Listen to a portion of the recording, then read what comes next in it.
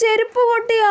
ചേടാ ആരെങ്കിലും കണ്ടോ എന്തോ? ആരും കണ്ടിട്ടില്ല. ഭാഗ്യം. അയ്യോ ഞാനിനി അങ്ങനെ വീട്ടിൽ പോവും. പൊട്ടിയ ഭാഗത്ത് പിന്നെടുത്ത് കുത്തിവെക്കാൻ പറ്റുമോ? ഇല്ല, മൊത്തം പൊട്ടിയേക്കുവാ. ഇവിടെ ഇപ്പൊ ആരുമില്ല. തൽക്കാലം എങ്ങനെയെങ്കിലും ഇവിടുന്ന് ഏന്തി വലിഞ്ഞ് ബസ് സ്റ്റോപ്പ് വരെ പോണം.